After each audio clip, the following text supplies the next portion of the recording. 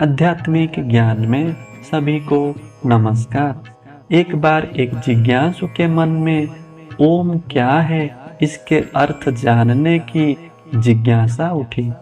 इसी प्रश्न को वो अपने गुरुदेव से पूछे।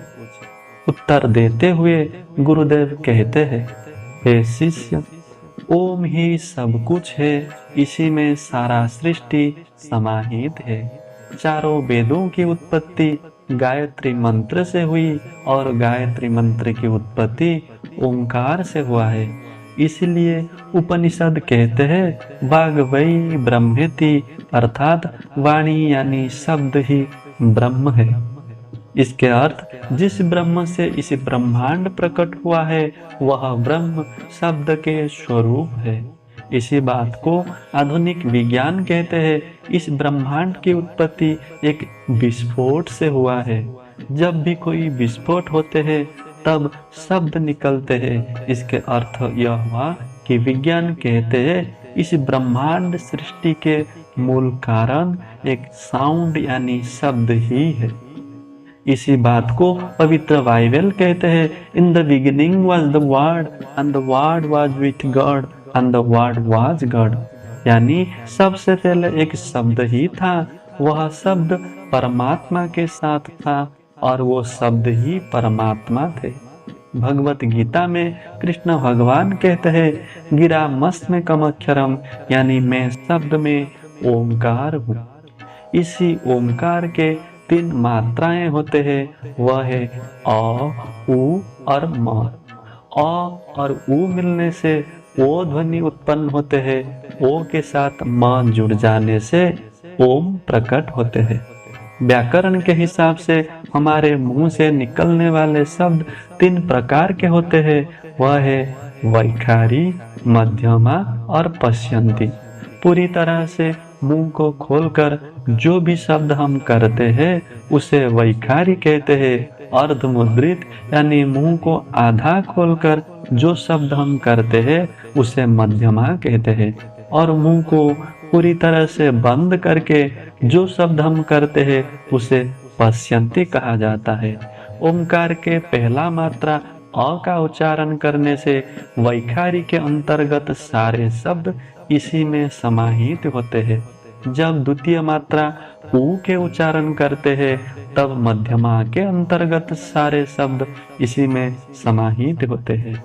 जब ओंकार के तीसरे मात्रा म का उच्चारण करते हैं तब पश्यंती के अंतर्गत सारे शब्द इसी में समाहित होते हैं।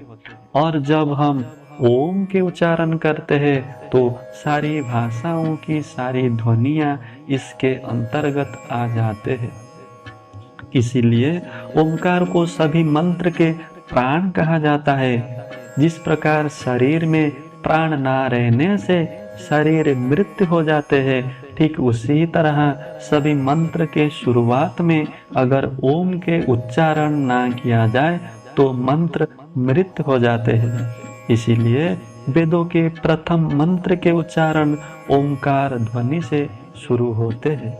जब किसी संगीतकार संगीत साधना करते हैं तो वे तानपुरे के सहायता लेते हैं। इसी तानपुरे से जो ध्वनि निकलते हैं उसे अगर हम ध्यान पूर्वक सुने तो वह ध्वनि ओंकार ही है। इसी एक ओंकार ध्वनि को आश्रय करके पूरे संगीत की साधना किया जाता है। यानी संगीत के 7 स्वरों की उत्पत्ति ओंकार से हुआ है। भाषाओं में रूपांतरण होने के कारण इसी ओंकार को मध्य एशिया के लोग आमीन कहकर प्रार्थना करते हैं। बाकी कई देशों के लोग आमीन भी कहते हैं। पवित्र कुरान और पवित्र बाइबल में आमीन और आमीन इसी पवित्र शब्द को परम शक्ति और उनके करुणा को सूचित करने वाले शब्द के रूप में व्यवहार किया गया है। और ओमनीपोटेंट, ओमनीप्रेजेंट यानी सर्वशक्तिमान और सर्वभूतादि परम शक्ति को सूचित करने वाले शब्द के शुरुआत ओ एम यानी ओम से होते हैं। जब कोई शंख बजाते हैं और कोई घंट बजाते हैं तो उसमें से जो ध्वनियाँ निकलती है उस ध्वनियों के मूलभूत ओंकार ही है। जब कोई दो चीजें टकराते हैं तो जो आवाज निकलते हैं वो आवाज के मूलभूत ओंकार ही है। पुराने समय में गांव के लोग इसी ओंकार को ओम कहते थे। कुछ लोग इसे ओम कहते हैं, कुछ लोग अमीन और आमीन कहते हैं और कुछ लोग इसी ओंकार को ओमनीपोटेंट और ओमनी प्रेजेंट कहते हैं। और नासा के वैज्ञानिकों ने जिस यूनिवर्सल साउंड यानी ब्रह्मांडीय ध्वनि को रिकॉर्डिंग किए है वह शब्द ओंकार ही है। ओंकार के इस सारे अर्थ ओम के बाह्य रूप को सूचित करते हैं। ओंकार के जो आंतरिक रूप है उसे हम दूसरे प्रकरण में जानने की प्रयास करेंगे। धन्यवाद।